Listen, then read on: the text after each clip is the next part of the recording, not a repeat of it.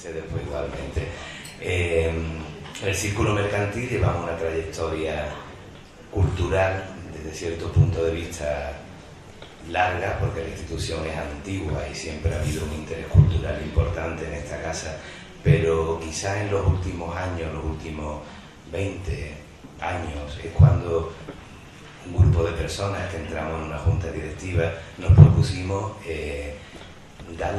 poner más en valor esta casa, y sobre todo nos pusimos como meta o como ilusión el abrir esta casa a la ciudad de Sevilla.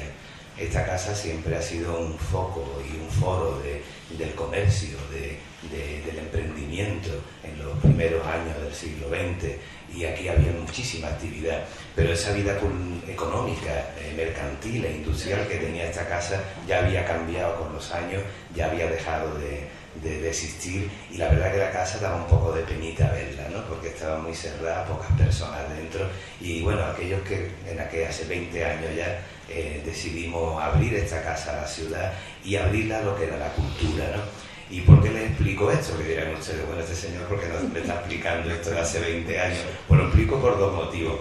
Uno, porque personalmente para mí es un recuerdo muy bonito, y especialmente ahora en el que ya muy pronto dejo la responsabilidad de presidente del Círculo Mercantil después de 20 años, tanto como directivo como de presidente, y para mí pues recordar todo esto pues bastante bonito, pero sobre todo desde el principio en que nos marcamos el darle vida cultural a esta casa. Me crucé por el camino con una persona que hoy lo tengo aquí a mi derecha, que es mi querido amigo Emilio Carrillo, y amigo de todos ustedes, que llenó esta casa de algo especial. Emilio ya lo conocéis, una persona extraordinaria, un gran amigo, un hombre de una cultura y de una educación exquisita. Y bueno, aquí fuimos creando un ambiente precioso, con unas reuniones que hacíamos aquí en la Casa de Sierpe entre un grupo de personas, que aquí hay algunas personas que participamos de aquel grupo, que fue precioso. Aprendimos muchísimo unos de otros, todos aprendimos mucho, y creamos un ambiente lindísimo. Incluso se extrapoló ese ambiente también a la Casa de los Remedios, el Círculo Mercantil de los Remedios. Emilio siempre es socio del Círculo Mercantil, siempre ha estado unido a la casa, y creó un ambiente pues muy lindo. Que uno de mis últimos actos como presidente del Mercantil sea la presentación de este libro, y que esté aquí Emilio, pues para mí una gozada y una alegría inmensa, y más aún cuando por parte de la editorial tengo a mi queridísima amiga Rosa García Perea, a su pareja, querido Ángel. Tenerlos aquí en casa pues también es un honor importante, con lo cual yo me callo ya, porque ustedes no han venido ninguno a escucharme a mí, sino a nuestro querido Emilio. Y nada, darle las gracias a todos y a todas por estar esta tarde aquí en el Círculo Mercantil. Muchas gracias a todos.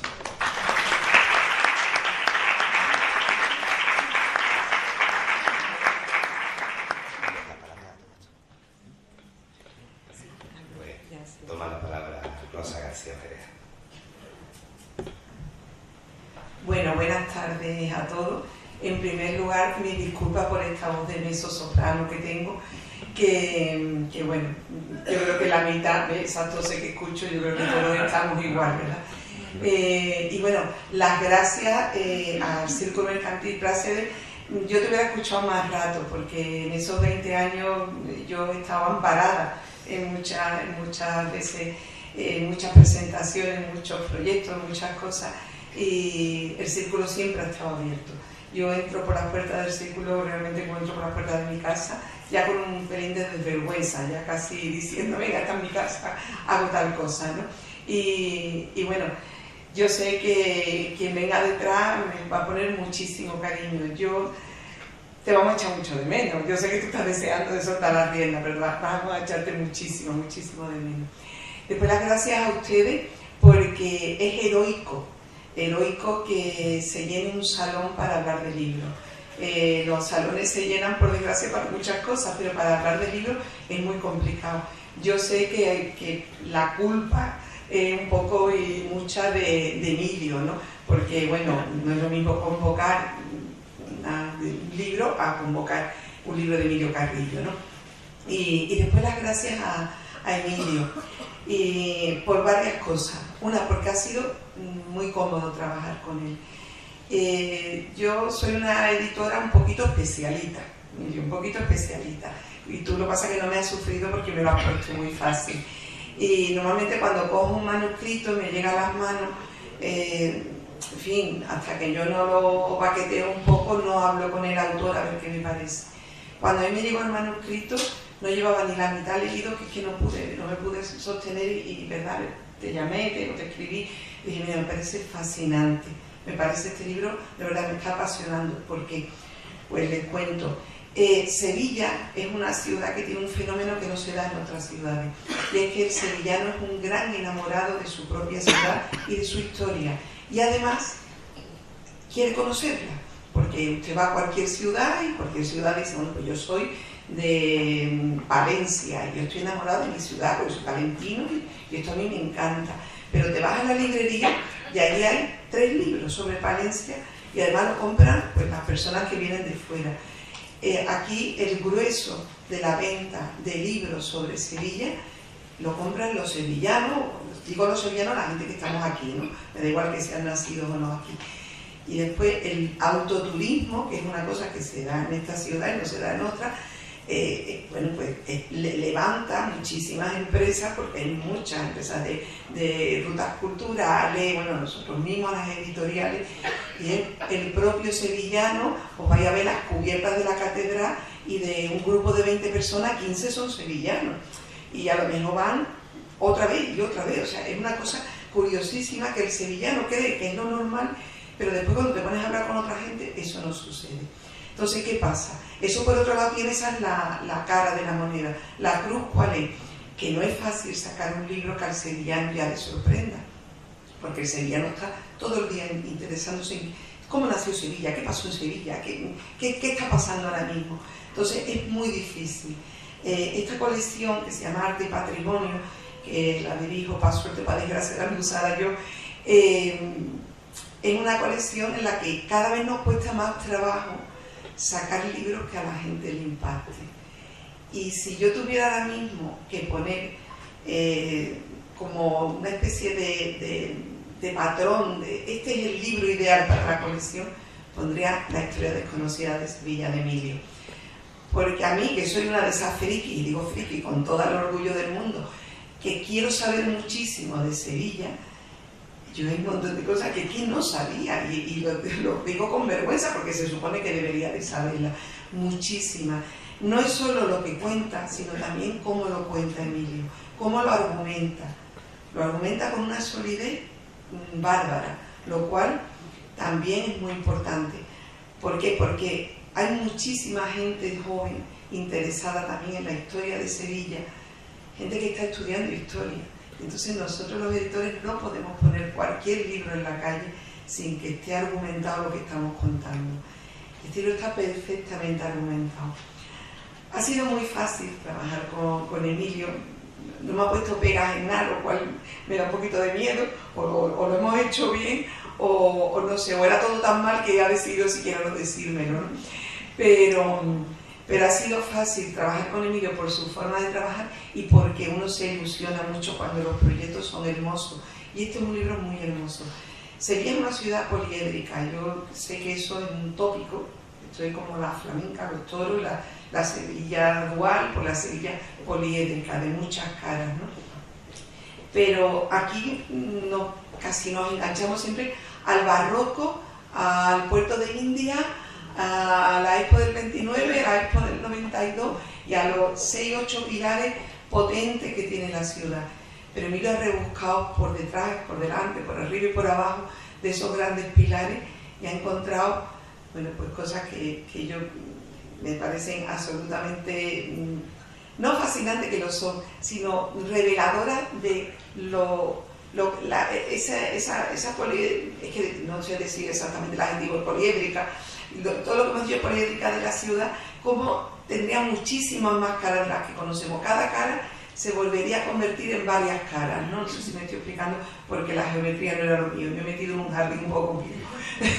Pero bueno, creo que me estáis entendiendo, ¿no? Él, de todas esas facetas que tiene Sevilla, las ha ido multiplicando. Ha sido como la casa de los espejos esta que hay en la feria, o que había cuando yo era chica, pues un poco así, entras en el libro y estás viendo cómo algo puedes tirar de otro. Si les advierto una cosa, es un libro que empiezas a leerlo, no lo puedes dejar de leer y tiene un gran problema, un gran problema, y es que terminas de leerlo quieres saber más cosas. Quieres saber muchas más cosas, entonces empiezas a meter en internet, y esto, ¿por qué no? O te vas a vivir con Emilio, empiezas a preguntarle, como eso no creo yo que pueda hacer, o por lo menos no lo veo, ¿verdad? No está bonito. A mí lo único que se me ocurre es aquí, así, delante de ustedes, para ponerlo en el apuro, decirle, Emilio, escribe otro, por Dios, escribe otro, porque nos hemos quedado con muchas ganas de más. Yo ahora le paso la palabra a él, que como bien ha dicho Praxedes, a quien ustedes quieren escuchar. Vuelvo de verdad a darte las gracias, Emilio, ha sido un verdadero placer para Almusara y para mí personalmente editar esta historia desconocida de Sevilla, de esa Sevilla poliédrica, y las gracias al Círculo, a ustedes por ser tan heroicos y llenar un salón para hablar de libros, y a Praxedes, que yo no sé, yo creo que no te vamos a dejar salir, pero bueno, muchas gracias.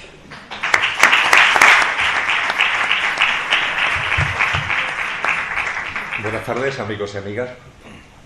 Muchísimas gracias a Rosa y a Praxedes. A Rosa lo personifico en ella, pero es a toda la editorial Almuzara, por haber sacado este libro a la luz, por haberlo hecho con tanto cariño. Los que lo tenéis en vuestras manos, lo podéis tener ahora, podéis observar que es una edición muy cuidada, tiene mucho amor en él, y eso el autor lo agradece enormemente. Y además de personificarlo en Rosa, Rosa, como ella ha explicado, ha sido la editora del texto. Es verdad que no ha habido problema que yo recuerde ninguno, ha ido todo, como se dice ahora, muy fluido, y en cualquier caso creo que eso pone de manifiesto un buen trabajo por parte de ella como editora y de la editorial. Así que muchísimas gracias de corazón.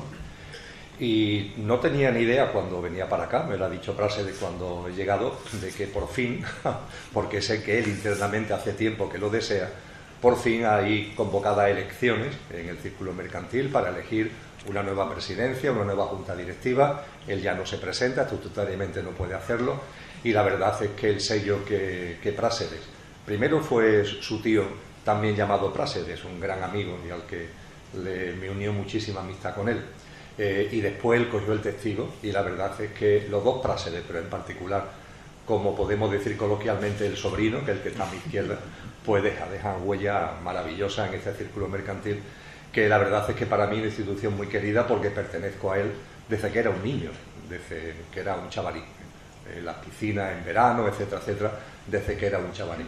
Y con el paso del tiempo, pues efectivamente, allá por el 2007, un grupo de 20 personas, algunas de ellas efectivamente estamos aquí en estos momentos, pues empezamos a vernos con intereses, vamos a llamarle espirituales, como telón de fondo, pero espirituales no de credo religioso, sino de una espiritualidad más abierta, más trascendente, y eso dio lugar en el arranque del 2008 a lo que llamamos el Círculo Sierpes.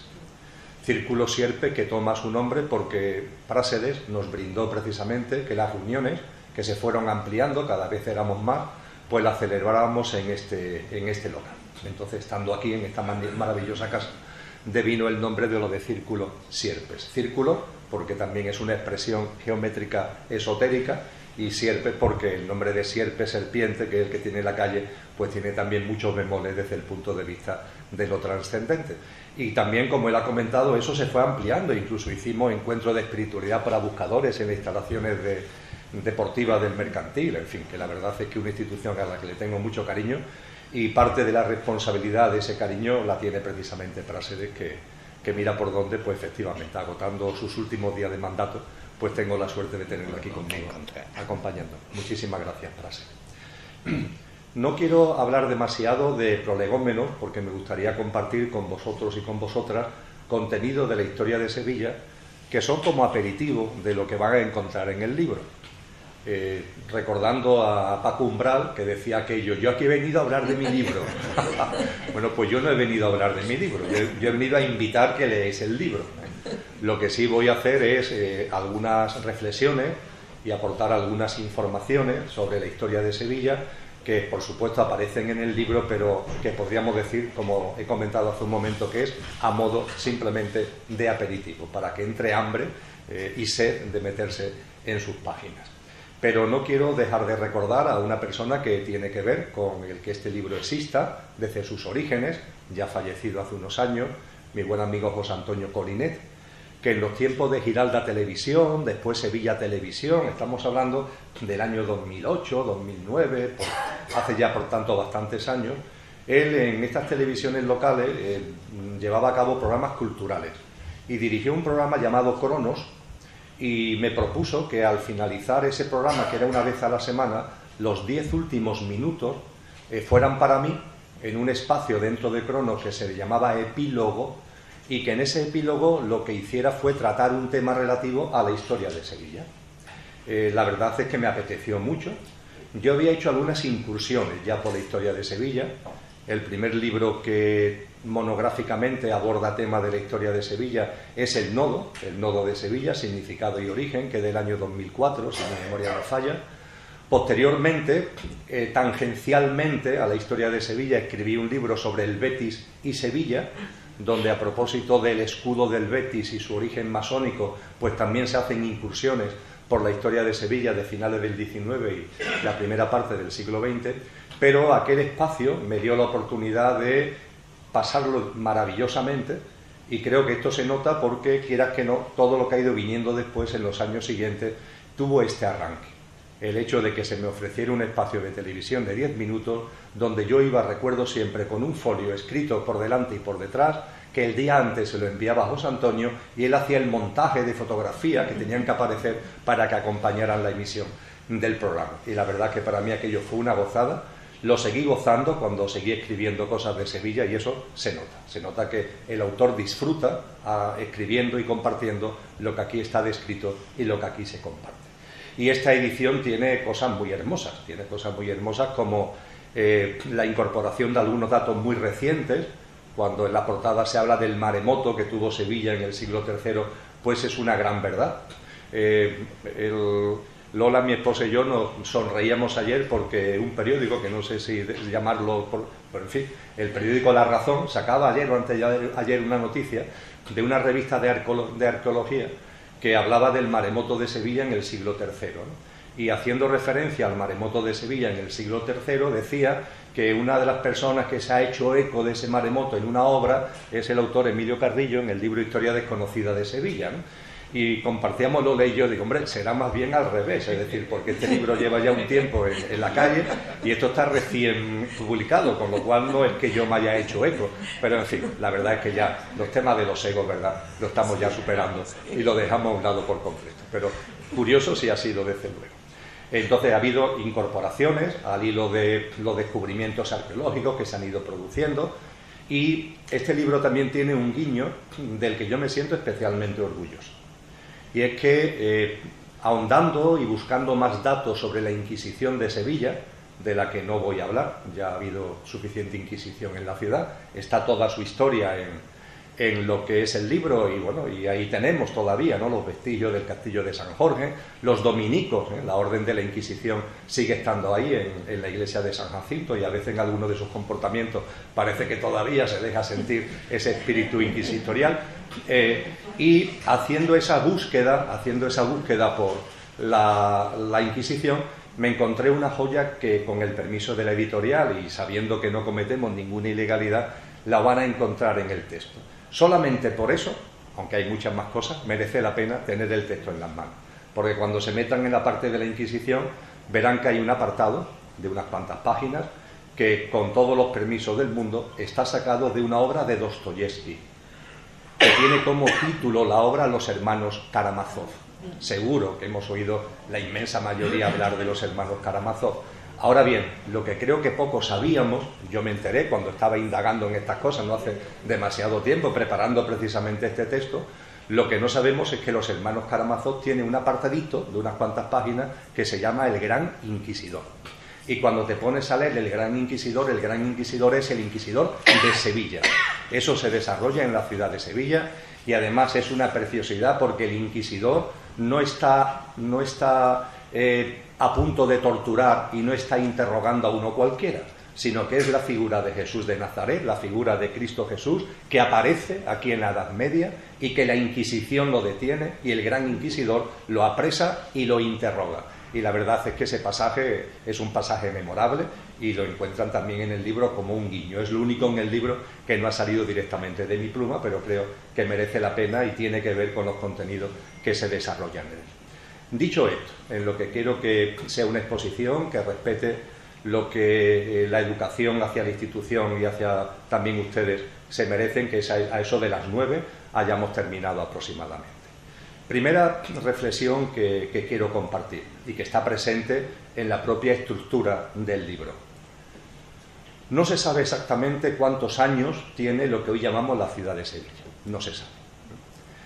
Cabe suponer que por los restos que hemos encontrado en su entorno, no menos de 3000 años. Quizás el referente más contundente puede ser el Tesoro del Carambolo, que aunque la datación no es exacta, pero puede derivar del siglo VIII, siglo IX antes de Cristo. Podemos estar hablando, por tanto, de unos 1000 años antes, e incluso los restos de una especie de templo dedicado a Astarte, que también se ha encontrado recientemente cerca de donde se localizó el Tesoro del Carambolo. Con lo que asentamientos por aquí hace unos 3000 años había. Lo que ocurre es que esos asentamientos pertenecen a una cultura que todavía está llena de misterio, la cultura tartésica, los tarteses. Y digo que está llena de misterio y no solamente ocurre aquí, ocurre en otras muchas partes del mundo, que en torno a 1000, 2000, 3000 años antes de Cristo hay culturas muy esplendorosas, muy desarrolladas. Y claro, cuando uno repasa los libros de historia, se estaba como saliendo del Neolítico. El Neolítico no estaba muy lejos históricamente hablando, ¿no?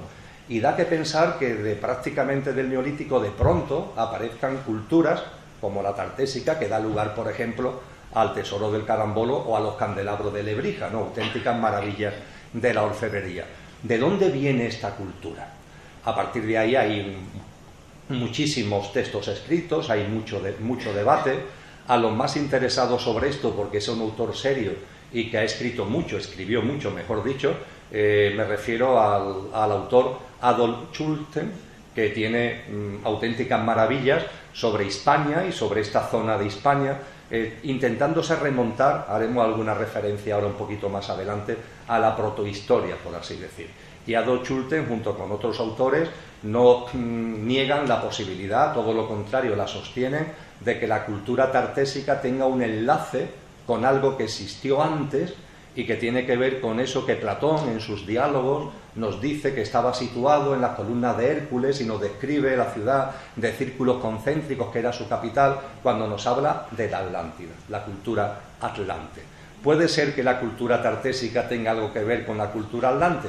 En el texto, en toda la primera parte, van a encontrar mucha información y muchos datos sobre esto, que como Rosa decía, he intentado no caer en especulaciones, sino intentar ir a datos serios y a fuentes serias a la hora de poder hablar de este tipo de cosas que, insisto, se hunden en la protohistoria. En cualquier caso, vamos a situar Tartesio en números redondos en el año 1000 antes de Cristo. Tartesio empieza su decadencia con el reinado de Argantonio. Cuando Argantonio fallece, Tartesio entra en decadencia. Con lo que podemos decir que el poderío tartésico y la ubicación de Tartesio en esta zona fue del año 1000 o antes, pero en fin, vamos a dejarlo en el año 1000, hasta el año 450 antes de Cristo. Estamos hablando de una presencia de 550 años, lo cual no es ninguna tontería, ¿verdad? A partir de ahí nos dicen los libros de historia, esto está ya muy documentado, que lo sucede una cultura también nativa, que es la cultura turdetana. De la cultura turdetana tenemos muchos restos, no solamente aquí, en Coripe, por ejemplo, hay un asentamiento perteneciente a esa cultura, y la cultura turdetana dura unos 200 y pocos de años, desde el 450 hasta que llega aquí el Imperio Romano. El Imperio Romano no llega por casualidad, estamos en la Segunda Guerra Púnica, Y aquí muy cerquita, en Alcalá del Río, se da que en el año 206, como os decía, antes de Cristo, se desarrolla la batalla de Ilipa. Y en la batalla de Ilipa, las tropas propias del Imperio Romano, lideradas por el general Escipión el Africano, vencen a los cartagineses, concretamente a Asdrúbal, que era el cabeza visible en aquel momento del ejército cartaginés. Y eso hace que toda la expansión de norte a sur que venía haciendo el Imperio Romano llegue a estas tierras.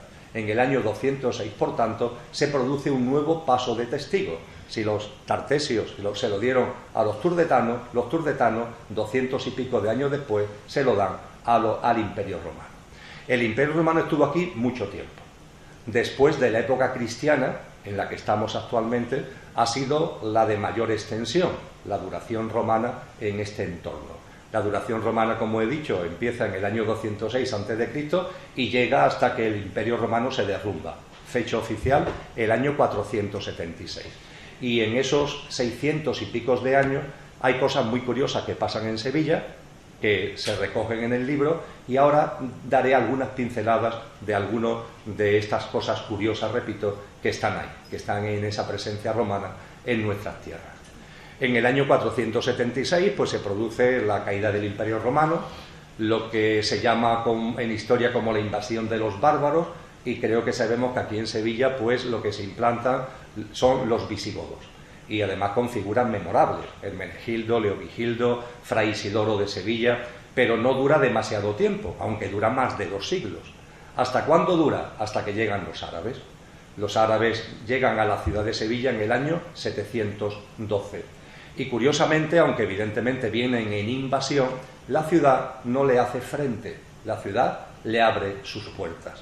Creo que eso es un precedente muy válido para entender el precioso idilio que la ciudad de Sevilla jugó y tuvo con el mundo árabe. Un idilio precioso que hoy día todavía tenemos a nuestro alrededor, hermosos frutos de ese idilio. La presencia árabe, que comienza en el año 772, llega hasta el año 1248, cuando el rey Fernando III el Santo conquista la ciudad. Y a partir de ahí, después de más de medio millar de años de presencia árabe, pues comienza la época cristiana en la que actualmente estamos. 775 años hará el próximo mes de noviembre, 775 años de la conquista de Sevilla.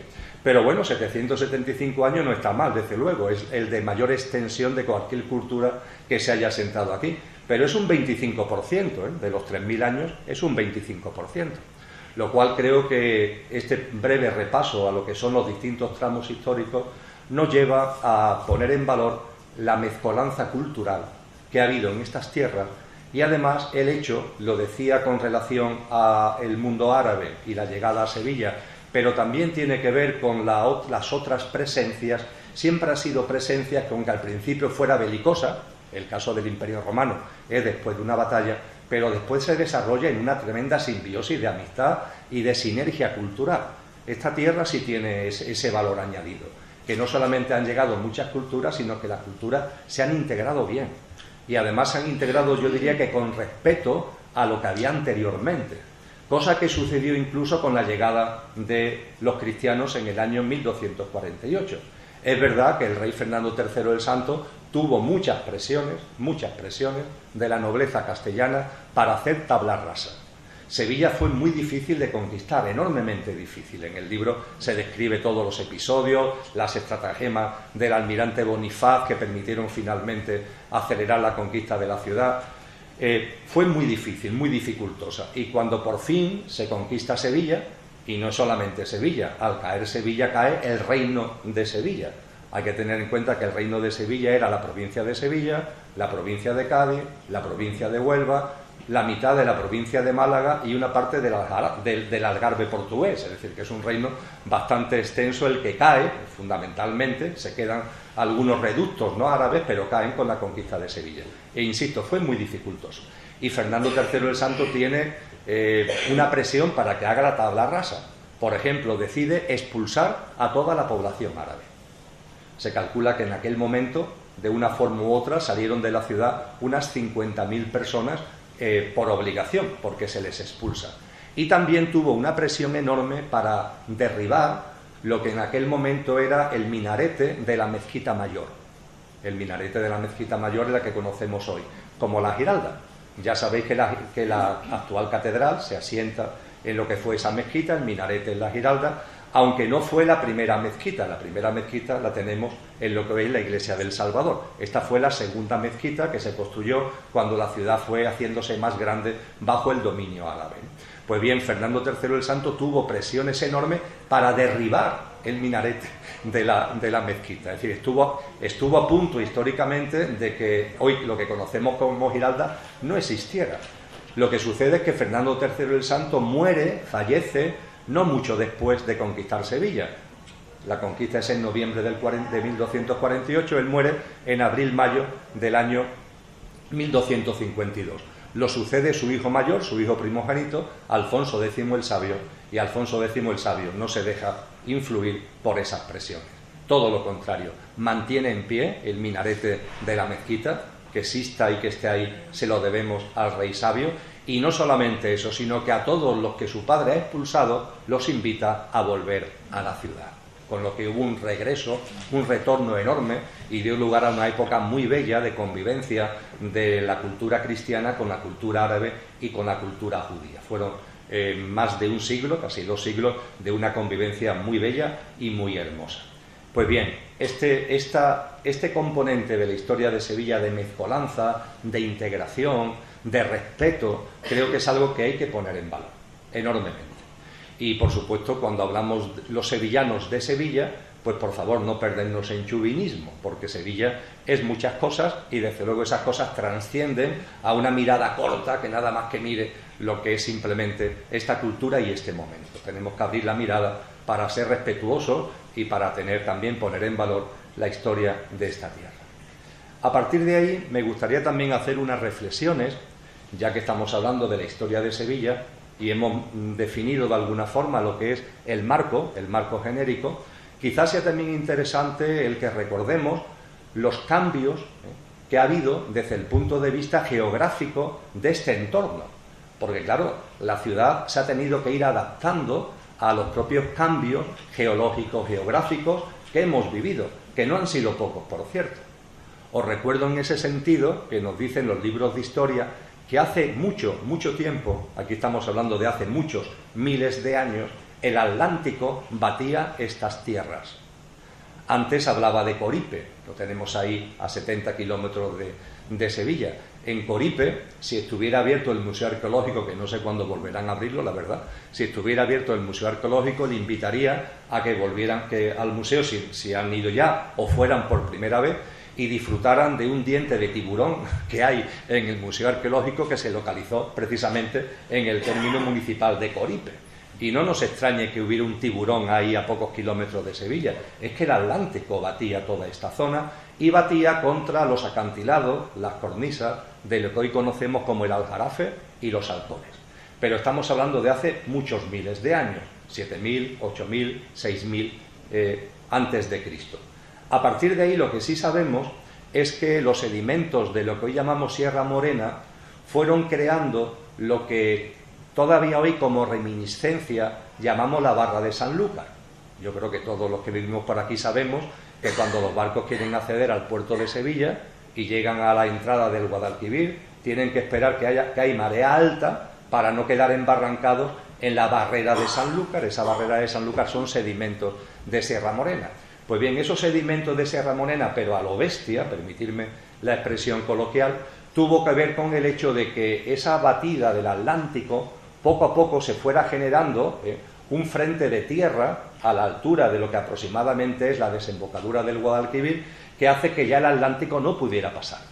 ¿Y qué es lo que sucede? Que las aguas que se quedan aquí estancadas, por así decir, estamos hablando de muchas decenas de kilómetros, dan lugar a un lago, el lago Ligur o el lago Ligustinus.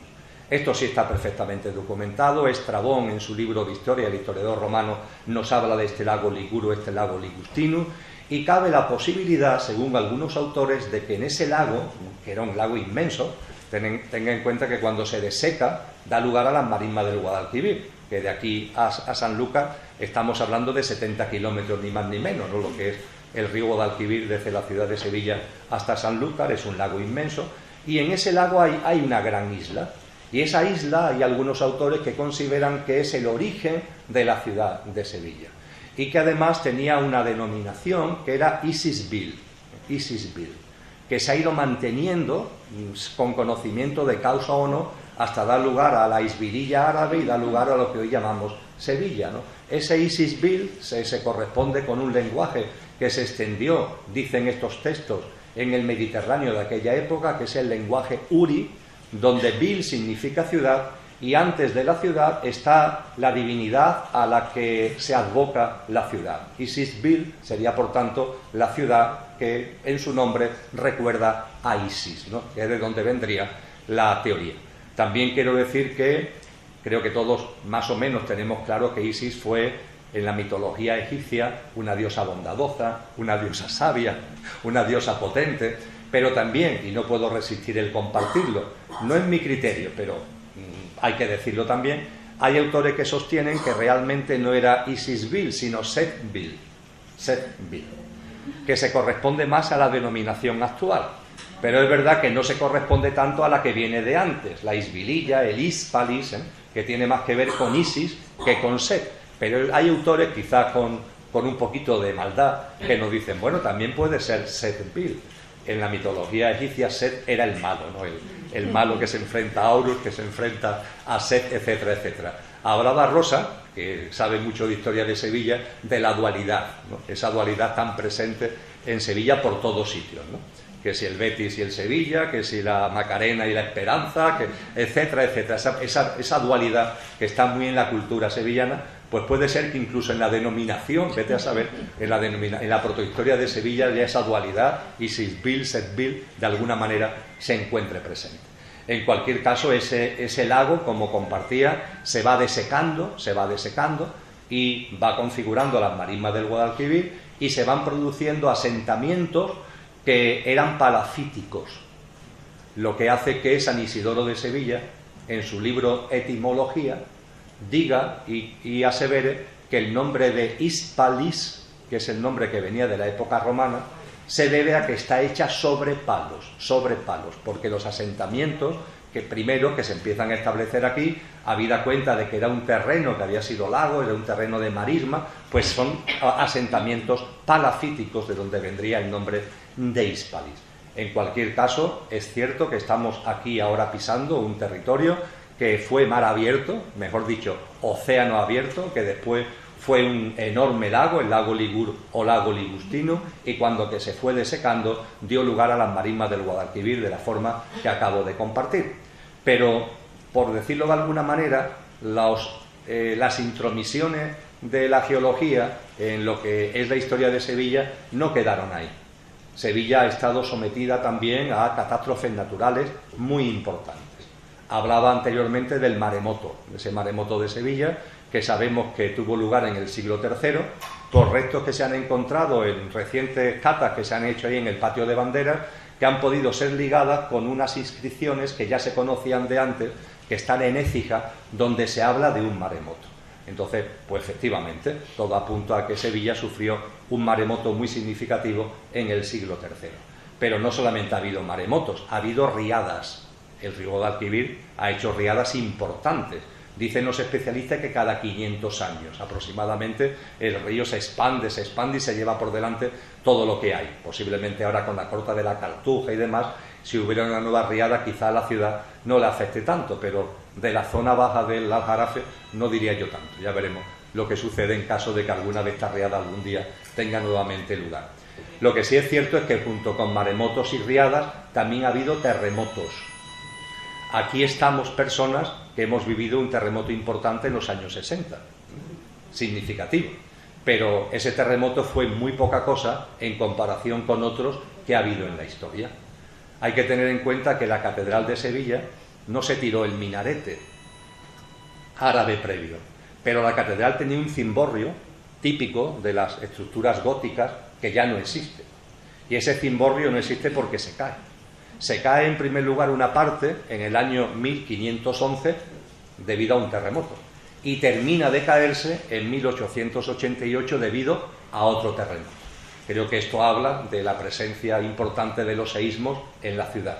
Aunque también nos dice la historia que el seísmo que con más fuerza afectó a la ciudad, aunque no ocasionó más de 9 víctimas, según los libros de historia, pero sí hizo destrozos importantes en edificaciones, fue el famoso seísmo del año 1775 del Cabo de San Vicente, más conocido como el terremoto de Lisboa, ¿no? Pero no fue de Lisboa, fue ahí, en San Vicente. Lo que pasa es que a la que más afectó y el maremoto que originó, a la ciudad que más le afectó, fue la ciudad de Lisboa. Con lo que los terremotos, los seísmos, los maremotos también forman parte de nuestra ciudad, con lo cual no nos tenemos que asustar si la naturaleza en cualquier momento vuelve a hacer alguna de las suyas, porque forma parte del devenir de estas tierras. Tenemos fallas, tanto fallas me refiero tectónicas, desde el punto de vista de seísmo, tanto ahí en el Cabo de San Vicente como las que hay en toda la zona de Granada, y bueno, pues esto periódicamente origina movimientos sísmicos significativos.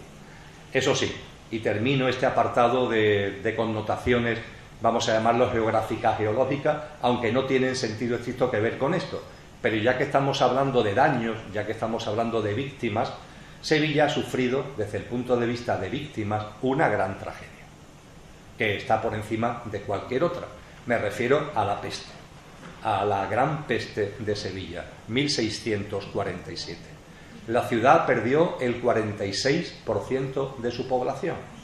La población rondaba las 120.000 personas y fallecieron unas 60.000, al menos unas 60.000. Ha habido alguna serie de televisión, desgraciadamente bastante pobre en sus contenidos, que precisamente tratan, ¿no?, de la peste de Sevilla, pero la realidad es que fue un fenómeno inmenso. Imagínense algo que sucede y no en mucho tiempo le cuesta la vida a la mitad de la población de la ciudad, que tenía una población de 120.000 que la situaba como la segunda europea después de Nápoles, que se dice pronto. Pues la mitad de la población se fue por delante con esa gran peste.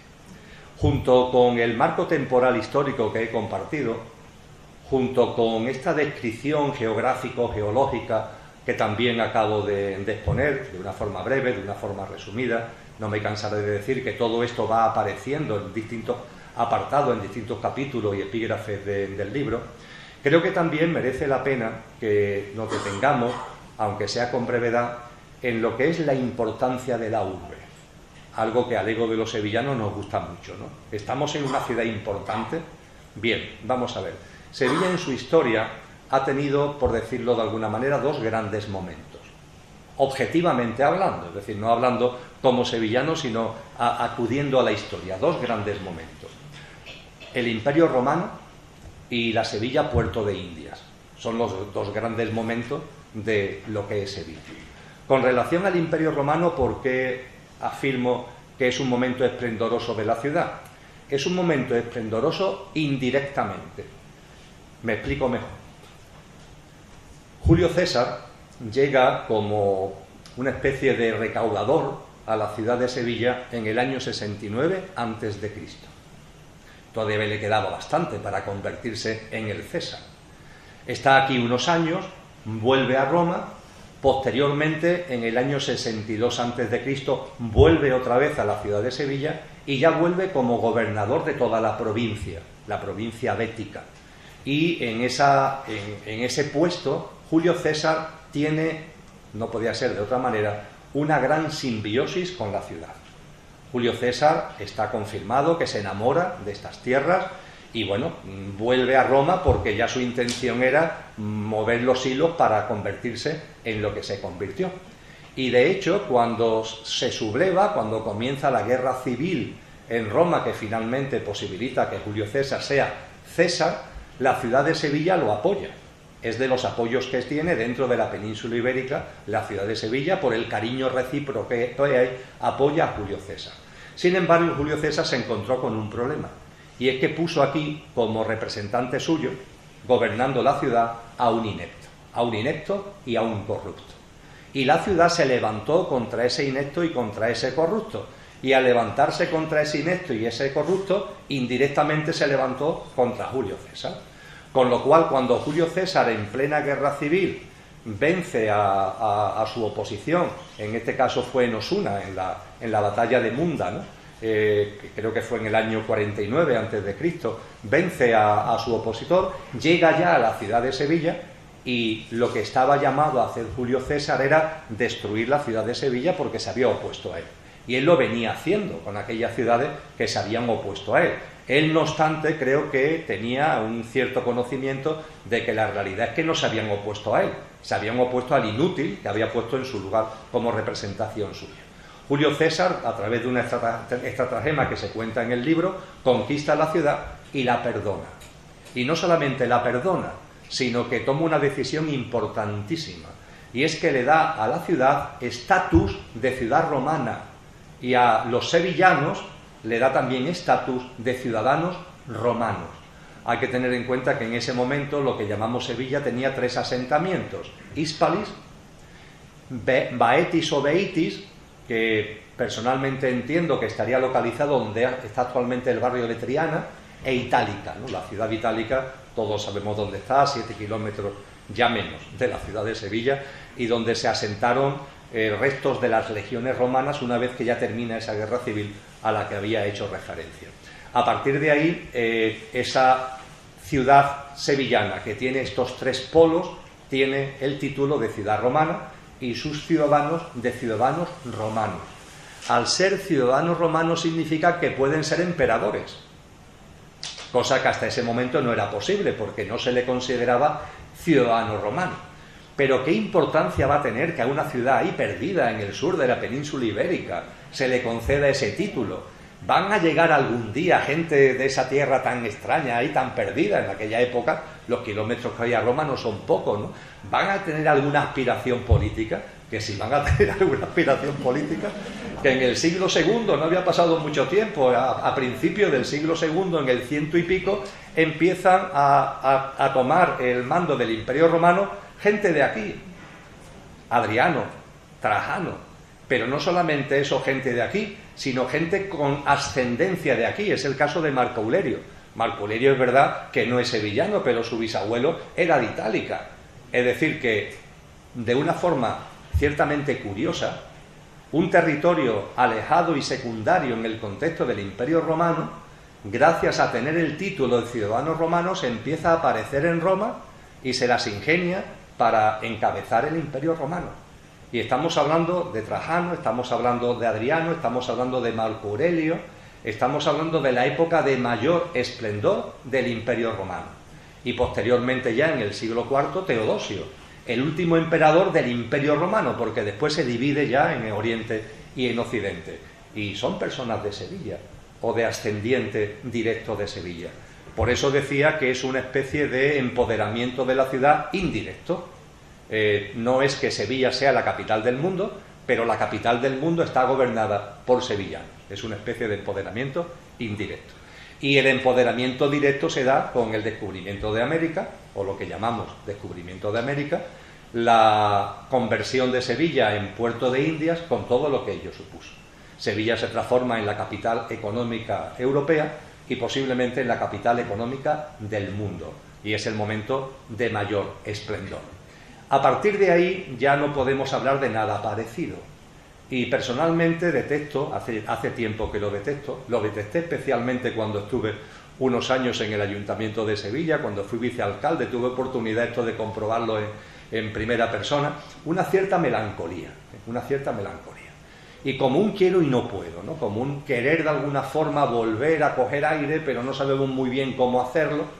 La verdad es que para mí los sevillanos deberíamos tener muy presente ese espíritu que está en nuestra historia y que supieron perfectamente reflejar a aquellos señores, porque fueron señores, que tomaron la decisión de construir la montaña hueca, es decir, la Catedral de Sevilla, que se le llama con razón también la montaña hueca, porque es una enorme montaña hueca, un auténtico prodigio de la arquitectura. Pues bien, cuando en el año 1401 se toma la decisión de construir la Catedral de Sevilla, la última catedral gótica, donde se recoge todo el saber esotérico del gnosticismo y se recoge todo el saber de la masonería operativa, está recogida en esa joya que es la Catedral de Sevilla. Cuando se toma la decisión de construir la Catedral de Sevilla, esos que toman esa decisión dejaron para la historia la famosa frase: hagamos una obra que cuando esté labrada, los que la vean nos tomen por locos. Y efectivamente, llevaron a cabo esa obra. Quizá ese espíritu de acometer grandes obras, y grandes obras además que tengan también una trascendencia, que no sea solamente puro materialismo, es lo que quizá se echa en falta en la ciudad de Sevilla desde hace ya algún tiempo. Personalmente, yo me sonrío mucho cuando, estando en el ayuntamiento, yo dejé la política y el ayuntamiento en el año 2009, creo recordar, entonces estaba ya debatiendo si la Sevilla 40, a su paso por el río Guadalquivir, desde Dos Hermanas hacia Gelbe, tenía que ser por túnel o por puente o por túnel. Han pasado ya no sé cuántos lustros y seguimos con el debate, por túnel o por puente o por túnel. Mire usted, hagamos una obra que aquellos que la vean terminada nos tomen por locos, pero por favor decídanse ya por una cosa o por otra, porque lo que es absolutamente impresentable es que la ciudad esté colapsada en ese puente del quinto centenario sin que haya capacidad ninguna, que por unos millones de euros que cualquier programa europeo de digitalización tiene un montante que multiplica por mucho lo que se necesita para hacer esa infraestructura que completaría la Sevilla 40, y sin embargo no terminamos de llevarla a cabo. A ese respecto yo os invitaría a leer un artículo que apareció el día 3 de mayo, antes de ayer, en el Correo de Andalucía, de ese magnífico periodista que fue decano de la Facultad de Ciencias de la Comunicación de la Universidad de Sevilla, que es Ramón Rey, que tiene como título el artículo "Somos la cuarta y no pasa nada", haciendo referencia a que ya no somos la tercera en población, que hemos caído a la cuarta, y la verdad es que el artículo está muy bien en el fondo y además tiene una ironía que lo hace muy, muy digno de ser leído. Pues bien, la historia de Sevilla, por tanto, ha tenido dos grandes momentos de esplendor: el directo, la época del puerto de India, siglo XVI, y desde luego esa repercusión indirecta en el contexto del Imperio Romano. ¿Qué más cosas podemos compartir acerca de la historia de Sevilla? Hemos hablado de marcos temporales históricos, hemos hablado de geografía y de geología, hemos hablado de contenidos históricos que tienen que ver con su importancia, con su repercusión. Creo que merece la pena también, ya que también hemos hecho mención a las mezcolanzas, ¿no?, a la variedad, a la simbiosis, al entrelazamiento de culturas y de presencias, creo que merece la pena también hacer mención a movimientos que han tenido históricamente presencia en la ciudad de Sevilla. Y muy en particular quiero hacer mención en primera instancia, ya que hemos hablado de Alfonso X el Sabio, quiero hacer mención al hecho de que junto con el rey Fernando III, a la ciudad de Sevilla llegan órdenes religiosas militares que apoyan en la conquista al rey santo. Y una de esas órdenes es la orden del Temple, la orden templaria. La orden templaria tiene mucha importancia. Alfonso X el Sabio tenía una clara sintonía con ellos. En su libro de ajedrez precisamente aparece jugando al ajedrez un caballero templario con la cruz templaria jugando al ajedrez. Y no solamente eso, sino que la presencia templaria en la ciudad de Sevilla, aquí al lado además, está documentado que se ubicaron en lo que se llamaba la pajería, que está ahí en la calle Zaragoza, en lo que eran las huertas de San Francisco. Posiblemente el número 60 de la calle Zaragoza tenga alguna reminiscencia de lo que fue el convento árabe de monjes religiosos árabes que el Temple le pidió al rey en el repartimiento de Sevilla para posicionar en Sevilla su priorato, insisto, el número 60 de la calle Zaragoza, que merece también la pena ir a verla, aunque ya la estructura está muy transformada, está muy modernizada, entre comillas, pero merece la pena ir a ver esa edificación porque allí, durante unos días, no fue un tiempo largo, pero estuvo Santa Teresa de Jesús. Santa Teresa de Jesús vino a Sevilla en su programa de fundaciones carmelitas descalzas. Su hermano iba por delante comprando la posible ubicación de los conventos y el hermano compró lo que había sido el priorato templario que pertenecía al cabildo catedralicio, que estaba vacante, y lo compra, y la compra es para ubicar ahí el primer convento de carmelitas descalzas en la ciudad de Sevilla. Y cuando viene Teresa para fundarlo, se hospeda ahí, claro. Y hay un recogido en una de las obras de Teresa de Jesús lo escandalizada que quedó de la ciudad, absolutamente escandalizada. La Gran Babilonia, esto es la Gran Babilonia. Hay que entender que en la celda de Teresa, por lo que ella misma describe, si esta es la calle Zaragoza y vamos a visitarla desde Plaza Nueva, vemos la fachada principal, pero su celda daba a la parte de atrás. Y claro, la parte de atrás daba a lo que era el puerto de Sevilla, al puerto de Indias. Y hay que tener en cuenta que el puerto de Sevilla, amén de lo que era la parte de barcos, carga y descarga, se había convertido en un lupanar. Era un enorme prostíbulo. Era un prostíbulo, todo el barrio del Arenal era un prostíbulo que estaba inmenso, que estaba rodeado por una muralla de 1,5 metros aproximadamente. Y allí el que entraba a lo que entraba. Y las que vivían allí no podían salir salvo permiso. Y curiosamente ese prostíbulo, ese lupanar inmenso, donde aquellos que se iban a ir a atravesar el océano o volvían de atravesar el océano, pues encontraban un sitio, vamos a llamarle así para no ofender demasiado, de desahogo. Pues bien, eso no estaba regido por cualquiera. Los regentes y propietarios, y por tanto los que se lucraban con el negocio, era el arzobispado de Sevilla y el ayuntamiento de Sevilla. Eran por tanto los prosenetas. Eso sí, no estoy de broma, estos son hechos históricos, también se encuentran recogidos en el libro con detalle. Eso sí, una vez al año el arzobispado tenía el detalle de mandar sacerdotes que entraran en el lupanar para confesar a las prostitutas. Se tenía por lo menos ese detalle. Bueno, pues imagínense a Teresa de Jesús, castellana, recia, abulense, que llega a estas tierras y por la celda lo que está viendo es precisamente este panorama. Se fue absolutamente escandalizada y que yo sepa no volvió nunca más a pisar estas tierras. Estaba compartiendo esto, hablando de el priorato del Temple, estaba hablando de la presencia templaria, y fíjense algo enormemente curioso. En Sevilla, acabo de citar, el arzobispado. Ha sido y sigue siendo una institución importante en la ciudad, ¿verdad? Es enormemente desconocido que el primer arzobispo oficial de Sevilla fue un caballero templario. Estoy haciendo referencia al infante Felipe, hermano de Alfonso X el Sabio. El rey Fernando tuvo muchos hijos e hijas y tenía que buscarle salida a los hijos e hijas. A las hijas ya sabemos, se les casa. A los hijos, el primogénito es rey. ¿Y con los demás qué hacemos?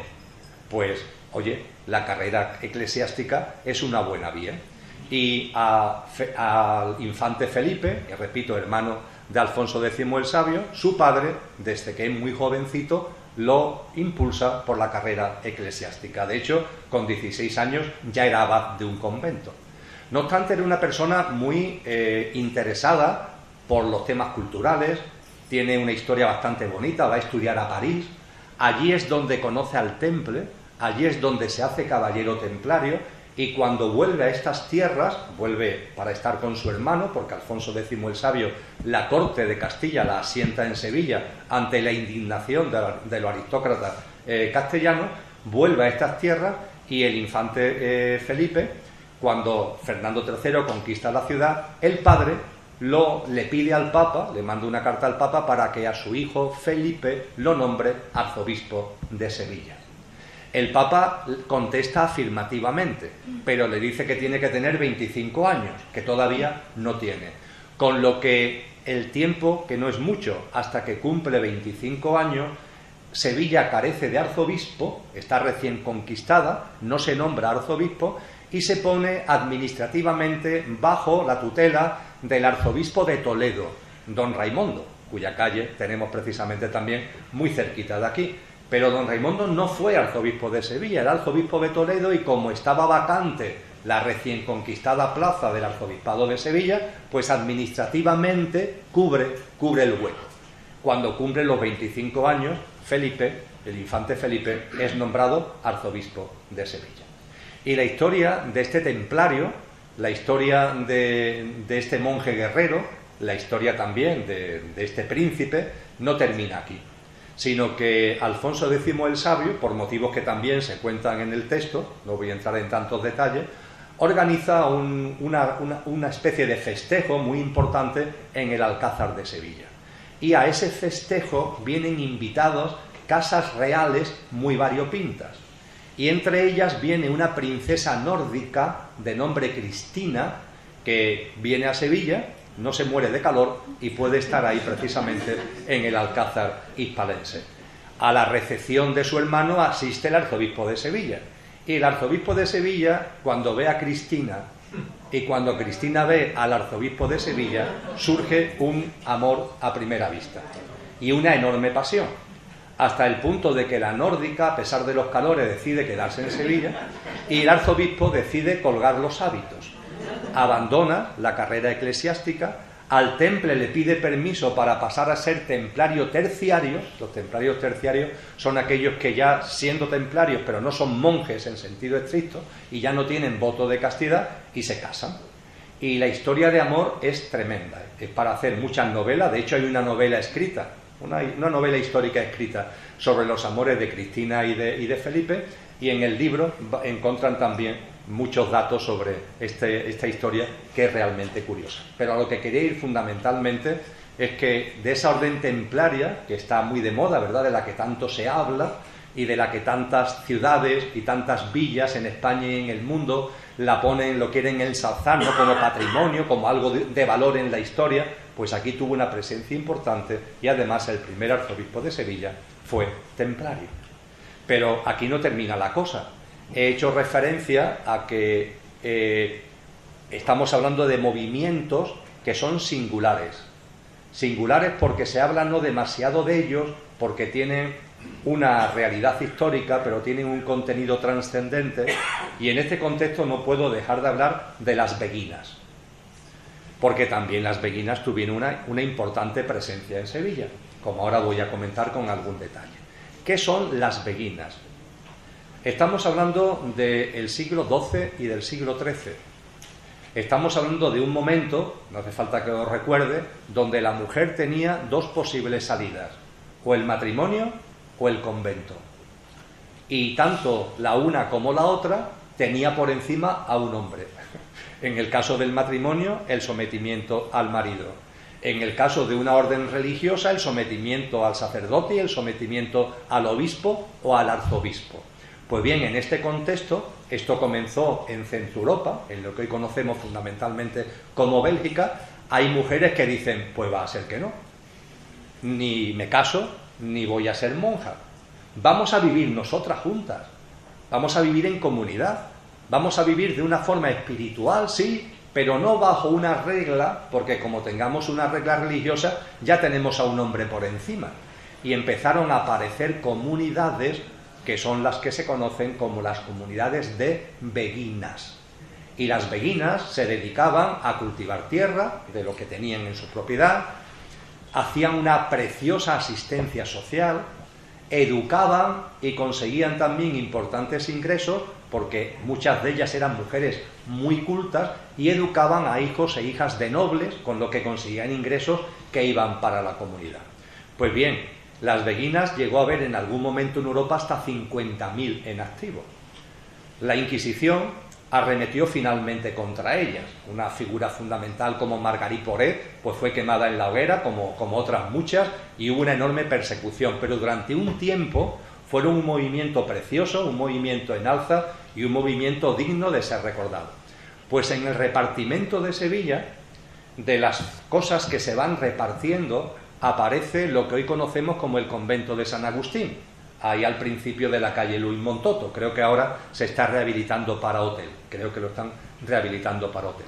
Pues bien, ese convento de San Agustín se asigna el repartimiento a una comunidad de mujeres que, por los datos que se dan, tiene toda la pinta de ser una comunidad de beguinas, con lo que también en la ciudad de Sevilla tuvimos un beguinato poco después de la toma cristiana de la ciudad. Pero no tuvo que pasar mucho tiempo para que lo que es el cristianismo en esta ciudad empezara a tener también manifestaciones que se salían del orden impuesto. Concretamente, cuando Sevilla era puerto de Indias, esa Sevilla del siglo XVI que estamos comentando, la Inquisición tiene una presencia importante, el Concilio de Trento fortalece esa presencia de la Inquisición, Pero en Sevilla aparecen movimientos dignos de rememorar. Aparece, por ejemplo, el movimiento reformista, es decir, el movimiento protestante. El movimiento protestante se afianza en Sevilla a través de canónigos de la catedral y a través, volvemos a Santi Ponce, antes hablábamos de Santi Ponce por Itálica, volvemos a Santi Ponce, y ahora volvemos a Santi Ponce por el monasterio de los que conocemos de San Jerónimo, que en aquel momento, estamos hablando de 1550 aproximadamente, era un monasterio de monjes eremitas jerónimos, un centenar de monjes. Pues bien, nos dice la historia que toda la comunidad se hizo reformista, se hizo protestante y seguidora de Calvino, en comunión con canónigos de la Catedral de Sevilla. Y en un momento determinado la Inquisición descubre, porque hay un tema de tráfico de libros que vienen de Centro Europa, y al descubrirse eso se levanta la trama del movimiento reformista y la Inquisición arremete contra todos los reformistas, que eran muchos, que había en la ciudad. No hace falta que recuerden, creo que lo sabemos todos, que Sevilla, esa presencia tan tremenda de la Inquisición, tuvo tanto peso que se necesitaban 2 quemaderos, no uno, sino 2. El quemadero de nobles, la Plaza San Francisco, donde se quemaba a la gente que tenía un poquito más efectivamente, de pecunio, como estáis señalando, y el quemadero del Prado de San Sebastián, que es donde se quemaba al populacho, por decirlo en terminología de la época. Como dato curioso, cuando, debido al impulso de 2 vascos, el Ayuntamiento de Sevilla decide poner en marcha la Feria de Sevilla, que tenía en aquel momento un espíritu más comercial que festivo, pero que aquí convertimos rápidamente en mucho más festivo que comercial, se ubicó inicialmente, y allí ha estado hasta los años 70, en el Prado de San Sebastián. Eso inicialmente en la ciudad levantó mucho resquemor, porque te estaban convocando a ir a un sitio que se sabía que había sido quemadero de la Inquisición, ¿no? Pero bueno, finalmente el gusto por lo festivo prevaleció y los sevillanos terminamos yendo con mucha proliferación ya en aquella época, en el siglo XIX, a la feria hispalense. Pues bien, 2 quemaderos de la Inquisición, y la Inquisición arremete contra los reformistas. Entre las personas, entre los monjes eremitas jerónimos del convento actual del monasterio de San Jerónimo, destacan 2 figuras, Casidoro de la Reina y Antonio del Corro. Os recuerdo que Casidoro de la Reina fue la primera persona que tradujo la Biblia al español, al castellano, la primera, porque estaba prohibido. La Biblia está en griego clásico hasta el siglo IV. En el siglo IV San Jerónimo la traduce al latín, pero se prohíbe traducirla a las lenguas, vamos a llamarle populares. Pero el movimiento reformista esto se lo salta a la torera, y la primera Biblia que se escribe en castellano, en español, se escribe en ese monasterio y lo escribe Casidoro de la Reina. No porque sea de Madrid, porque él era extremeño, le puso en la Biblia una portada, le puso en la portada de la Biblia un oso, y es por lo que se conoce también esa Biblia como la Biblia del oso. Hoy, si van a comprar una Biblia, cualquiera que tenga un poquito de conocimiento de causa, bueno, se habla mucho de la Biblia de Jerusalén, que está bien, que es católica, pero quizá la Biblia más reconocida, ¿no?, es la Biblia de Reina Valera. Y Reina, ese apellido de Reina, viene de Casidoro de la Reina, al que acabo de hacer referencia. Y junto con Casidoro de la Reina, Antonio del Corro. Antonio del Corro tiene una amistad epistolar con Calvino, huye, es de los monjes que no es detenido y quemado, sino que logra huir, y tiene toda una ruta por Europa que finalmente lo lleva a Inglaterra, y se convierte en un preboste de la Iglesia anglicana. De hecho, sus restos están enterrados actualmente en una basílica anglicana de Londres. Aunque la presencia de sevillanos que a través de movimientos religiosos naciendo en Sevilla terminaron en Londres, no solamente es Antonio del Corro. Siglos después, nos vamos ya al siglo XIX, tenemos ese personaje tan curioso que fue Nicolás Wiseman, la calle Fabiola, Mateos Gago, arriba, cuando vamos subiendo, Giralda, Mateos Gago, la calle Mateos Gago, hoy ya semipeatonalizada, desemboca perpendicularmente a la derecha en la calle Fabiola. Y cuando van subiendo de la Giralda Mateos Gago y llegan, ya no pueden seguir, tienen que coger a la derecha o a la izquierda, hay una casa. Esa casa, si se fijan, tiene una placa y dice que en esta casa nació Nicholas Huisman. Fue la sede de la Fundación Planeta, ¿no? Creo que así. Lara, perdón, sí, Fundación Lara. ¿El Museo Berber? Efectivamente, hasta hace poco tiempo. Pues bien, Nicholas Huisman, independientemente de su apellido, nace en Sevilla. Y en el siglo XIX, en plena Inglaterra victoriana, Irlanda sufre una gran hambruna. Estamos a mitad del siglo XIX aproximadamente. Y esa hambruna provoca que una multitud de irlandeses emigren a Inglaterra para sobrevivir. Se calcula que unos 2 millones de irlandeses, ni más ni menos. Problema, los irlandeses son católicos e Inglaterra es anglicana. De hecho, Inglaterra había expulsado a la Iglesia. Es verdad que algunos nobles mantenían todavía una creencia católica, pero oficialmente la Iglesia católica había sido expulsada 3 siglos antes de Inglaterra. Pero la reina Victoria se encuentra ahora en una tesitura, y es que están llegando cientos de miles, 2 millones de personas que son católicas, y sin embargo la religión imperante en Inglaterra es anglicana. A partir de ahí, por supuesto, podía haber impuesto la religión, pero esta señora, que era especial un poco en todo, se dirige al Papa de Roma, y le propone restablecer la Iglesia católica en Inglaterra para atender religiosamente a esta enorme masa de irlandeses que han llegado a Inglaterra. Entonces, como consecuencia de esto, se rehabilita el arzobispado católico de Westminster, que había desaparecido 3 siglos antes. ¿Y a quién se nombra arzobispo de Westminster? A Nicholas Huisman, precisamente, el sevillano que, siguiendo los pasos de Antonio del Corro, aunque de una forma distinta, también llega a Londres dentro de un contexto religioso. El movimiento reformista protestante, por tanto, tuvo mucha importancia en Sevilla, y junto con el movimiento reformista protestante, inmediatamente el movimiento alumbradista, que tiene mucho que ver con la Semana Santa sevillana, de lo que se habla poco. El Concilio de Trento es el que impone los festejos y las procesiones en la calle. Hasta ese momento se hacían, pero se hacían de forma comedida, y curiosamente se hacían escenificado por personas, es decir, no imaginería, sino con personas.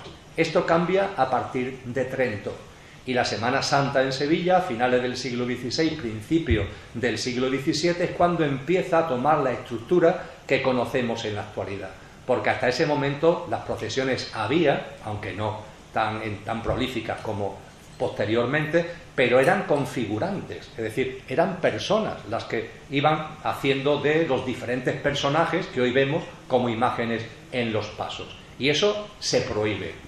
Pero esa prohibición tuvo muchísima confrontación, provocó muchos conflictos, y finalmente la Inquisición arremetió contra el alumbradismo, acusándole, parece que no con demasiada razón, pero en fin, esa fue la acusación, que como iban con ropas que se empapaban de sudor, pues las transparencias del físico provocaban excesos sexuales, y que esos excesos sexuales también se asociaron a la corriente del alumbradismo, y a partir de ahí ese alumbradismo fue poco a poco siendo perseguido y aniquilado, y el último que yo conozca, la última acta de la Inquisición de persecución de alumbrados en Sevilla es en torno a 1640. En este contexto hemos hablado de templarios, hemos hablado de Beguín, hemos hablado de alumbrado, hemos hablado de reformistas. En este contexto hay también que hablar sin duda ninguna de masones. La masonería ha tenido mucha importancia en la ciudad de Sevilla. Sigue actualmente habiendo, por supuesto, presencia masónica, pero nada que ver con la efervescencia que la ciudad tuvo, fundamentalmente finales del siglo XIX y principios del siglo XX. Hay que tener en cuenta que la que era en aquel momento la gran referencia de la masonería española, el Gran Oriente Español, en 1926 su sede de Madrid, su sede principal, la traslada a Sevilla. Y la mayoría de ustedes, aunque no se den cuenta, saben dónde estuvo ubicada, porque hay una calle en Sevilla que todavía lo recuerda. La calle Luis Montoto se llama Luis Montoto, pero ¿cómo se le llama también a la calle Luis Montoto? Por lo menos, ¿cómo lo llamaban mi abuelo y mi abuela? Calle Oriente, calle Oriente. Pero la calle Luis Montoto no está en el Oriente, no está en el oriente, está hacia el norte de la ciudad, no está en el oriente. El oriente es porque en esa calle es donde estaba la sede del Gran Oriente Español. Y la masonería tiene un peso tremendo en la ciudad de Sevilla. Diego Martínez Barrio es el gran maestre de la masonería española, nacido en Sevilla, y la presencia de la masonería tiene como nota anecdótica de que cuando se proclama la Segunda República Española, en ese momento, la directiva del Betis tiene delante una disyuntiva. El Betis había tenido el título de Real Betis Balompié, pero al proclamarse la Segunda República, el gobierno republicano emite un decreto para eliminar todas las coronas y todos los símbolos monárquicos de todas las instituciones y de todas las organizaciones y asociaciones, y el Betis tiene que cumplir la norma. Parece que no lo cumplió ni mucho menos con resquemor, todo lo contrario, le gustó la idea. Pero es muy curioso, porque pido disculpas a lo que el fútbol le interese menos, pero creo que es un tema histórico que tiene interés per se.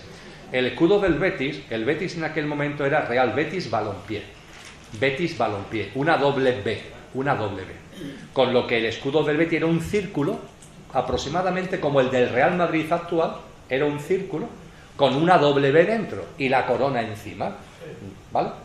De hecho, en aquel momento a los béticos, que lo soy, no nos llamaban béticos, éramos los balompedienses. El equipo no estaba, el nombre que primaba no era todavía el de Betis, se llamaba más Balompié, tenía que ver con Balompié, que es lo que le daba la seña de identidad al club. Pues bien, imagínense que son la directiva del Betis, se encuentran que tienen un escudo como el del Real Madrid actual, un círculo con una corona y dentro una doble B, y tienen que quitarle la corona. ¿Eso tiene dificultad? No, se le quita la corona, ya está. No tiene más dificultad. Pues no, dicen no. Aprovechando que el Pisuerga pasa por el Valladolid, vamos a hacer un escudo nuevo. Y efectivamente se crea una comisión. Aquí tenemos a una descendiente precisamente de la persona que hizo el diseño, mi amiga Inma, y se crea una comisión donde esa comisión pues da lugar finalmente al diseño más o menos del escudo del Betis que conocemos en la actualidad. Ese escudo del Betis, lo tienen los datos en el libro, la estructura es puramente masónica, es la escuadra y es el cartabón, son las 13 barras, el 1 y el 3, está lleno de simbología masónica. Y esto no es casual porque el presidente del Real Betis Balompié, en aquel momento Betis Balompié Saseca, fue en aquel momento, cuando se hace este cambio de escudo, fue Ignacio Mantecón Navasal. E Ignacio Mantecón Navasal, una de las cosas que se ha estudiado para poderlo poner en este libro es, ¿sería masón el presidente del Betis de aquel momento? Porque es la forma de que todo cuadre, ¿no? Ahí hay algo raro, pero ¿es masón esta persona? Bien, afortunadamente la masonería guarda archivos históricos. Es complicado, me fue muy complicado el conseguir la documentación, pero gracias a que esta persona venía de Zaragoza, era un zaragozano aunque se instaló en Sevilla, después, poco antes de la Guerra Civil, volvió a Zaragoza, se me ocurrió contactar con un grupo masón de la ciudad de Zaragoza y pedirle que si de alguna forma ellos tenían conocimiento, acceso a archivos, donde un tal Ignacio Mantecón Navasal pudiera aparecer en los años 20, en los años 30, como masón. Y efectivamente tardaron 2 meses y medio, cosa que siempre agradeceré lo serio que se tomaron el asunto, pero a los 2 meses y medio me dijo, efectivamente ahí le enviamos la ficha de afiliado a la logia Constancia, concretamente del que era en ese momento presidente del Betis, con lo que la masonería ha dejado ahí una huella y significativa en la ciudad, aunque sea una gran desconocida en el escudo de lo que hoy ha vuelto a ser el Real Betis Balompié. Con lo que, fíjense, estamos hablando de templarios, de beguinas, de reformistas, de alumbrados, de masones, y es que la ciudad ha dado mucho de sí, Hay que tener en cuenta que esta ciudad también ha sido una ciudad muy dada a lo subversivo. ¿Han oído hablar de los motines de la calle Feria? Cervantes, en sus obras, en una de sus obras, habla de los habitantes del barrio de la Feria, de lo que hoy llamamos como la calle Feria y el barrio de la Feria. Cervantes los llama los bravos, porque eran muy bravos. Eran tan bravos que protagonizaron motines muy sonados, dos principalmente, uno a principios del siglo XVI. Seguro que se han escuchado hablar de los comuneros, ¿verdad? Bien, pues los comuneros, que efectivamente tuvieron su fuelle principal en Castilla, aquí también hubo un movimiento comunero, y el movimiento comunero donde prende es en el barrio de la Feria, y es en la calle Feria donde se amotinan los comuneros sevillanos y dan lugar al primer gran motín de la calle Feria. Pero ese gran motín de la calle Feria tiene después, un siglo y poco después, a mitad del siglo XVII, tiene una segunda fase. Se vuelve a producir otro motín. En este caso el motín estuvo provocado por las secuelas de la peste a la que hacía mención anteriormente. Esa peste que dejó a la ciudad muy tocada, provocó una gran hambruna, provocó mucha miseria, y la calle Feria, los pobladores de la calle Feria, los bravos, de los que hablaba Cervantes, son los que encabezan el movimiento revolucionario. Hablando de movimientos revolucionarios, Sevilla encabezó en 1640, concretamente a través del duque de Medinasidonia, un intento de independencia de España. Creo que nos habrán llegado noticias de que por esa época, 1640, se ponen en marcha el motín de la Sal, que es un intento de independencia del País Vasco, se pone en marcha el proceso de independencia de Cataluña, se pone en marcha el proceso de independencia de Portugal, el vasco y el catalán son reprimidos, el de Portugal, pasados unos años, da lugar finalmente a lo que hoy conocemos como Portugal, como país independiente, pero se habla menos de que aquí también hubo un movimiento independentista encabezado por el duque de Medinasidonia. Y la razón de esto se basa en lo siguiente: el duque de Medinasidonia tenía una hermana llamada Irene. El conde-duque de Olivares, valido del rey de España de ese momento, el conde-duque de Olivares, en una época en la que Portugal y España, lo que hoy llamamos España, estaban unidas. Recordarán que Magallanes, por ejemplo, cuando viene a Sevilla, Portugal y España eran la misma cosa, pertenecían a la misma unidad estatal, por decirlo en términos contemporáneos. Pues bien, el conde-duque de Olivares, para asentar esa unión entre Portugal y España y que a los portugueses se le quite la idea de la independencia, el conde-duque de Olivares se le ocurre algo muy importante, y es que la línea dinástica portuguesa, que la ha perdido ya, puesto que el rey de España es el que manda en Portugal, pero en fin, la línea dinástica portuguesa, que está personificada en Juan de Braganza, vamos a unirla con la aristocracia española, para que de esa forma ya no haya veleidades independentistas. Y además Juan de Braganza cuenta la historia que era una persona muy pusilánime, muy apocada, muy atontado, que diríamos ahora, ¿no? Entonces lo casan con Irene de la casa de Medinasidonia. Ahí se equivocó por completo el duque de Medinasidonia, porque a Juan de Braganza, por lo pusilánime que era, jamás se le hubiera pasado por la cabeza el intentar la independencia de Portugal. Pero a Irene, en cuanto que llegó: yo aquí consorte de... no, yo quiero ser reina de Portugal. Y fue ella, porque su marido, repito, históricamente está comprobado que era un pusilánime, fue ella la que empezó a reunirse con los nobles portugueses como para decir: ¿cómo vamos a estar bajo el yugo español? Vamos a independizarnos. Y efectivamente, después de una serie de años, consigue independizarlo. De hecho, Juan de Braganza muere... Me remonto ya cuando por fin consiguen la independencia. Juan de Braganza había muerto, con lo cual Juan de Braganza no llega a ser rey. El hijo que Irene tiene con Juan todavía no es mayor de edad. ¿Y quién fue reina hasta que el hijo fue mayor de edad? Pues Irene. Irene fue la reina de Portugal. O sea que la jugada le salió absolutamente redonda a la señora. Y fue Irene la que le dijo a su hermano: oye, espabilate, tú ahí duque toda tu vida, sublévate, ahí están los vascos, los catalanes, nosotros en Portugal, sublévate. Y Andalucía se sublevó. Lo que pasa que aquello terminó como el Rosario de la Aurora, ¿eh? En una entrevista con relación al libro que que me hizo Félix Machuca para el ABC, nos reíamos los dos recordando las historietas, porque hubo una declaración de guerra a Utrera, en fin, una serie de cosas que eso tiene después su correlato, ahora voy a ello en la declaración del Cantón Independiente de Sevilla.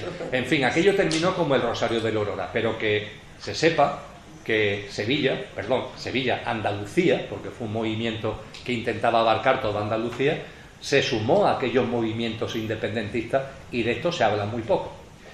Y como veo que de tiempo tengo todavía un poquito de margen, aprovecho para comentar. El único territorio que hay en el Estado español que legítimamente con el derecho en la mano puede reclamar la independencia es el Reino de Sevilla.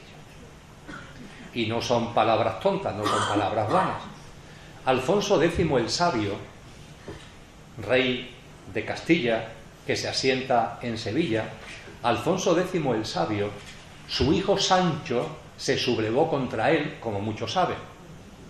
No esperó a que su padre falleciera, quiso ser rey antes de cuenta. Y como su padre es verdad que era una persona muy especial, una persona que además había gastado mucho dinero, y eso es una gran realidad histórica, en su intento de ser emperador del Imperio Sacro Romano Germánico, tenía derechos, pero en aquellos tiempos, aparte de los derechos de sangre, había que poner mucho dinero sobre la mesa, porque además había también de la Casa Real de Francia y de Inglaterra que también tenían aspiraciones para ser emperadores del Imperio Sacro Romano Germánico. El rey Alfonso X el Sabio se gastó mucho dinero y puso en marcha un movimiento de apoyo del que sale el símbolo de la ciudad de Sevilla, el símbolo del nodo.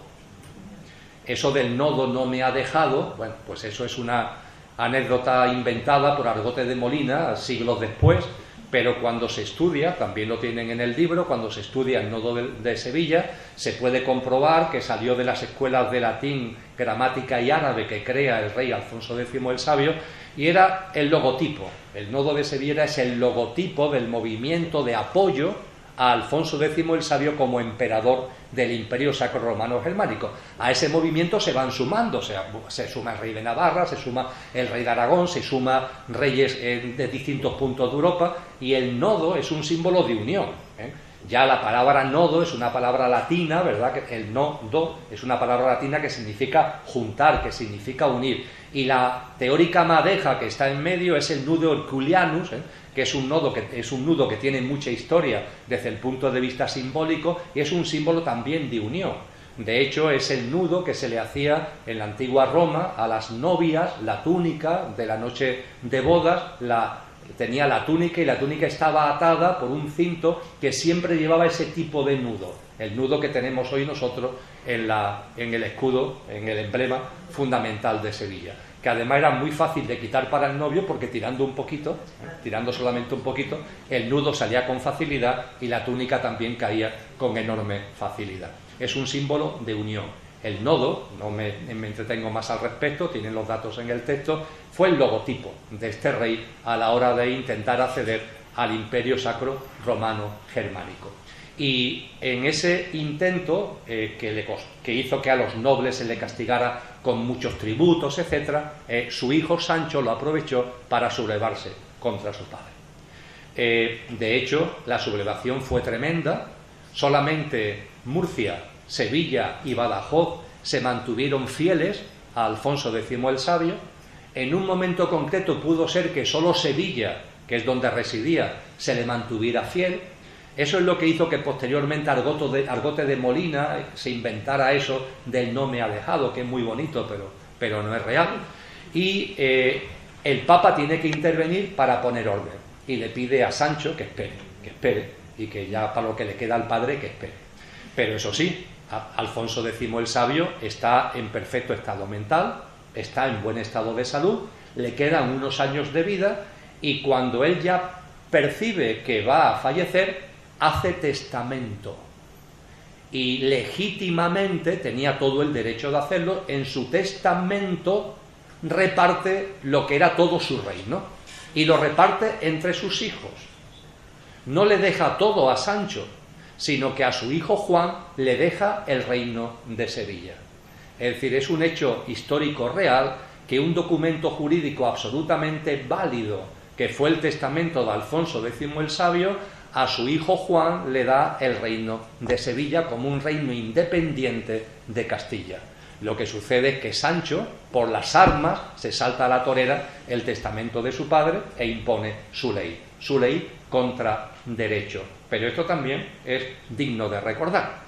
Y hablando de tantos líos revolucionarios, subversivos, etcétera, el más reciente en el tiempo, como movimiento digno de ser recordado, también hubo, por supuesto, circunstancias muy especiales, ¿no?, con el tema de la guerra civil, etcétera, pero sin duda ninguna el momento que tiene que ser recordado se va a cumplir ahora 150 años, el próximo 19 de julio, con lo que nos acercamos a una fecha importante para la ciudad. Me refiero a la declaración del Cantón Independiente o la República Independiente de Sevilla, que es lo que da lugar también, entre otras cosas, a la contienda con Utrera. El Ayuntamiento de Sevilla, el 19 de julio, va a hacer ahora 150 años. En la primera República Española se pusieron en marcha movimientos cantonales, ¿verdad? Seguro que hemos escuchado hablar del Cantón de Cartagena, pongamos por caso. Lo que quizás no sepamos es que Sevilla se sumó al movimiento cantonal. Sevilla se declaró república independiente y el ayuntamiento se autoproclamó como parlamento. Duró 11 días, el tiempo que tardaron las tropas en llegar y hacer una escabechina. Duró 11 días. Pero la explosión legislativa del Ayuntamiento de Sevilla, parlamento en aquella época, es memorable. Por ejemplo, se dictó una ley donde se regulaba la jornada laboral, cosa que en aquel momento era bastante inaudito. Estamos hablando de 1873, era bastante inaudito. Y más inaudito todavía es que se regula una jornada laboral máxima de 8 horas, cosa que en aquel momento, insisto, era absolutamente fuera de lugar. Y sin embargo, ese precedente lo tenemos en la ciudad de Sevilla. Y para terminar, hemos hablado de historia, hemos hablado de nombres, hemos hablado de situaciones. A lo largo del libro aparecen muchos personajes que son, utilizo la expresión adrede, para comérselos. Personajes de los que uno se enamora, a poco que lea algo sobre ellos, se enamora. Porque son hombres y mujeres no solamente eruditos y sabios, que lo son, sino valientes, que se atreven a grandes empresas, que acometen proyectos e iniciativas espectaculares. Y en ese contexto, con mucha brevedad, tengo que citar obligatoriamente, lo he hecho ya, a Fray Isidoro de Sevilla, San Isidoro de Sevilla. San Isidoro de Sevilla, parece una broma, pero no lo es patrón de Internet. No es una broma, es una realidad. Y es patrón de Internet porque su libro Etimologías, que citaba a propósito de Hispalis y demás, su libro Etimologías lo que hace es recoger todo el saber de aquel momento, todo el saber de la época.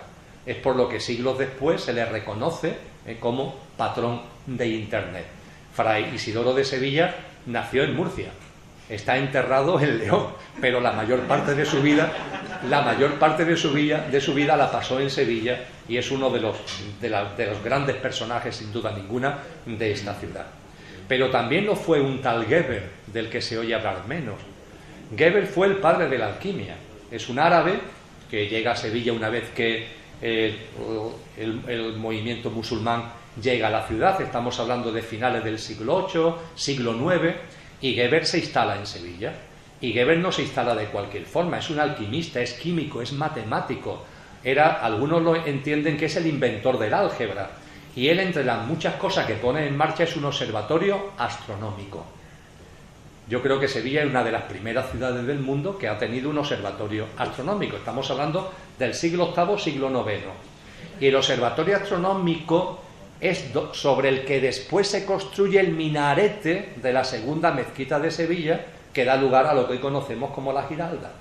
Es decir, constructivamente, la base de la Giralda de Sevilla fue un observatorio astronómico que, a su vez, Geber, esto está muy bien descrito por un jesuita, por el padre Fray Juan de Marchena, en 1780 y tanto, en un libro de historia, describe todo esto acerca del Observatorio Astronómico de Sevilla. En el libro tienen todos los datos, y Rivero Meneses, un académico contemporáneo, no se queda ahí, sino que mantiene la idea de que el observatorio astronómico que construye Geber y que después es la base, el basamento del minarete que hoy es la Giralda, ese observatorio astronómico tiene como base un faro que existía aquí en la ciudad cuando la ciudad era una isla en aquel momento en el que el lago Oligustinus cubría todo el territorio, pero había una isla que sería el precedente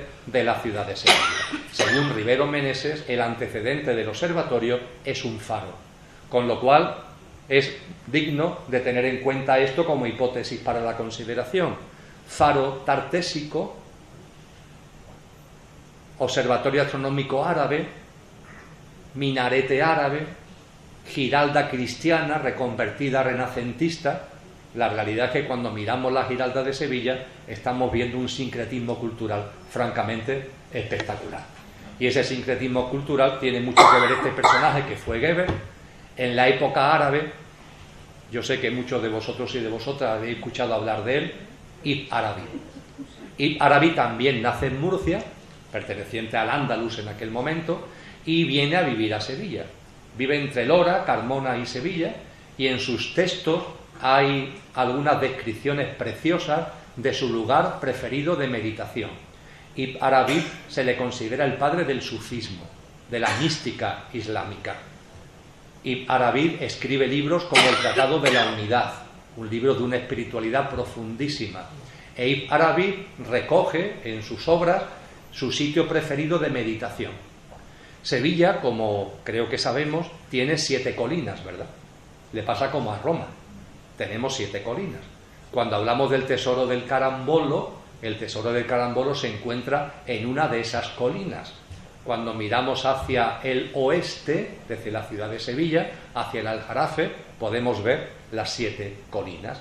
La primera es la que se halla el tesoro del Carambolo. La segunda es la que se conoce actualmente como Santa Brígida, que está la pobre bastante abandonada, ¿no? Y además se le ha puesto allí en medio una especie de asta de bandera de lo más extraño, pero si suben al cerro de Santa Brígida, se puede llegar muy bien, fácilmente, las vistas de la ciudad son espectaculares. Pues bien, por la descripción que hace Ibn Arabi en sus textos, ese era su sitio preferido de meditación, donde él subía y con esa mirada amplia que le permite esa perspectiva, entraba en silencio, en introspección y hacía sus prácticas de meditación. Ibn Arabi es otro personaje digno de ser recordado en la historia de nuestra ciudad. Por supuesto, Alfonso X el Sabio. Por supuesto, yendo un poquito más para adelante, Miguel de Mañara, que lo más importante no es que posiblemente sea la inspiración del Don Juan, que posiblemente lo es, sino que analizar la vida de Miguel de Mañara como de autotransformación, como una persona que es capaz de pasar de una vida absolutamente alejada de la espiritualidad a lo que es una vida profundamente espiritual, el papel de la noche oscura que lo lleva a cambiar por completo, a girar su vida, el fallecimiento de su esposa, que es lo que le rompe el corazón y lo lleva a cambiar por completo su modelo de vida, es digno de recordatorio. Y ahí tenemos su casa natal, ahí en la Judería sevillana, tenemos esa casa natal, actualmente es sede de una de las dependencias, creo que la Dirección General de Patrimonio de la Junta de Andalucía, de la Consejería de Cultura de la Junta de Andalucía. Por supuesto Pablo de Olavide, por supuesto Jerónimo de Ustariz, que lo sucedió como asistente de Sevilla, grandes ilustrados que quisieron acometer obras tremendas para la época, ¿no? En cuanto a su carácter, como decía antes, no solamente erudito, sino también trascendente. Y para terminar, y que es también con lo que termina el libro de Hechos, un personaje para mí enormemente querido y radicalmente olvidada en la ciudad. De hecho, si cogen el libro, el último capítulo se lo dedicamos a Amalia Domingo Soler. Amalia Domingo Soler nace en Sevilla en 1833-1835. Para quien no sepa nada de ello, que es la mayoría de la ciudad, fue la gran poetisa de la generación del 98. la gran poetisa de la generación del 98. Es curioso que en una época que con razón estamos recuperando el papel de la mujer y sacándolo de su invisibilidad, a esta señora no se le saque de la invisibilidad. Es la gran poetisa de la generación del 98. Tuve que conocer su existencia, lo narro en el libro, porque hay un instituto en la ciudad de Lima, en Perú, que lleva como nombre Amalia Domingo Soler. Y en mi ignorancia absoluta me tuvieron que decir, pues paisana tuya. ¿Paisana mía? Sí, es paisana tuya. Que esta señora que tiene el nombre, el instituto aquí en Lima, es paisana mía, sí, nació en Sevilla. Bueno, a partir de ahí me interesé por su figura y efectivamente nació en Sevilla. Como decía, nació en 1833-1835, como también compartía en su vida. Ella tiene un acontecimiento también de noche oscura muy importante. Nace con problemas de visión, siempre estuvo a punto de quedarse ciega toda su vida, pero eso fue un motor en su camino espiritual. Se enamoró tremendamente de una persona a la que conoció paseando por los jardines del Alcázar de Sevilla. El enamoramiento es mutuo y cuando se iban a casar él tiene una enfermedad y fallece, y entonces ella le jura amor eterno y nunca más tuvo ninguna pareja, y siendo atendida por un oftalmólogo de la ciudad de aquella época, era un médico, no existía no oftalmólogo, pero un médico especializado en temas de visuales, en los diálogos que mantiene con este oftalmólogo, esta persona, como era Amalia, muy dada a escribir, muy dada a leer a pesar de sus problemas visuales, en las conversaciones con este doctor va viendo que ella tiene unas inclinaciones espirituales y le habla por primera vez del espiritismo. Y ella, el espiritismo, se le metió hasta la médula. Toda su vertiente espiritual la lanzó hacia el ámbito del espiritismo. De hecho, el espiritismo en aquella época diríamos que era la alternativa espiritual a las religiones formalizadas, ¿no? Tuvo una gran expansión, no solamente en España, sino en muchos países, y Amalia Domingo Soler se hizo espiritista. Se fue a vivir a Barcelona, donde estuvo ya viviendo el resto de su vida, tiene multitud de libros escritos. Cualquier organización, asociación espiritista que pueda haber, los libros de Amalia Soler son fundamentales. De hecho, se suelen regalar a las personas que van a visitar los centros espiritistas, y el movimiento espiritista en Andalucía, que está organizado en una asociación, lleva el nombre precisamente de Amalia Domingo Soler. Amalia Domingo Soler, como poetisa, se le conoció como la poetisa de los pobres, una persona enormemente desprendida, que todo lo que ganaba a través de sus libros y de sus artículos, que escribió muchísimo, todo era siempre para obras sociales, todo era siempre de apoyo a terceros, nunca acumuló, nunca retuvo, una persona ejemplar en su vida, pero eso sí, a través de sus artículos tuvo enormes disputas con sacerdotes de la Iglesia Católica.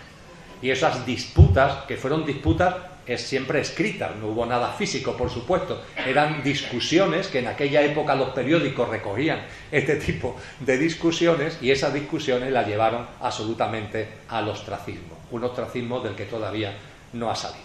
Así que el libro termina, como voy a terminar esta charla, con el recordatorio a Amalia Domingo Soler, y permitidme que ese recordatorio sea también para todas las personas olvidadas de esta ciudad, que hay muchas. Y en esta historia desconocida no se trata ni mucho menos de hacer una especie de recuerdo melancólico, todo lo contrario. Creo que tenemos que recoger lo mejor de esa historia para llevarlo a nuestro presente, sacar lo mejor de esos valores para traerlo a nuestro presente, y en ese traer a nuestro presente todos esos valores, estos personajes que, insisto, son para comérselos cuando se van conociendo su vida, los que he citado y otros muchos que aparecen en el libro y otros muchos seguros que no aparecen en el libro, creo que son todo una guía, son todo una estrella polar de por dónde ir avanzando en el camino que tenemos por delante. Así que muchísimas gracias, ha sido un placer compartir este encuentro y hasta la próxima.